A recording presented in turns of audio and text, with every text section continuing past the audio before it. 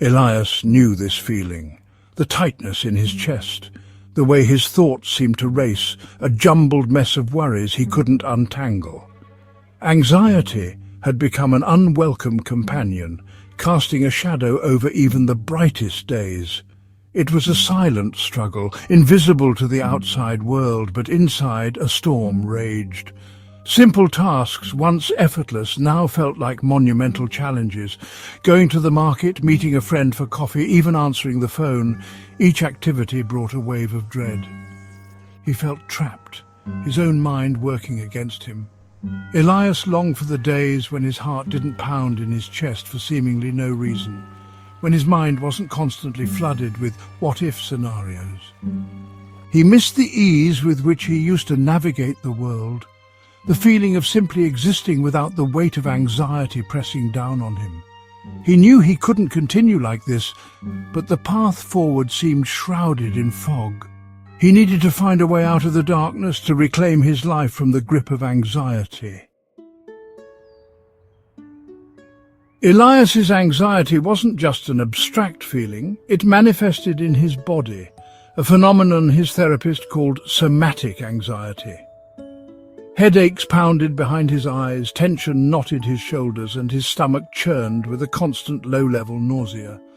Sleep offered little respite, his nights plagued by restless tossing and turning, his mind replaying anxieties on a loop. He was exhausted, but sleep remained elusive. The physical symptoms only amplified his mental distress, creating a vicious cycle he couldn't seem to escape. The more his body reacted, the more anxious he felt, and the more anxious he felt, the worse the physical symptoms became. He felt trapped in a prison of his own making, his body a constant reminder of the anxiety that held him captive. Elias knew he needed to find a way to break free, to soothe both his mind and body. At first, Elias resisted the idea of medication, worried about potential side effects and the stigma he associated with it. But as his anxiety continued to escalate, he realized he needed help.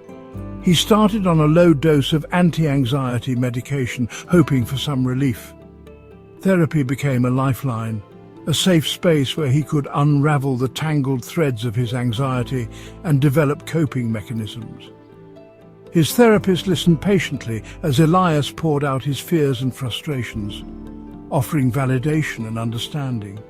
She taught him about the mind-body connection, explaining how anxiety could manifest physically, and introduced him to techniques like deep breathing and mindfulness to help manage his symptoms. She encouraged him to start small, to focus on one day at a time, and to celebrate the small victories along the way.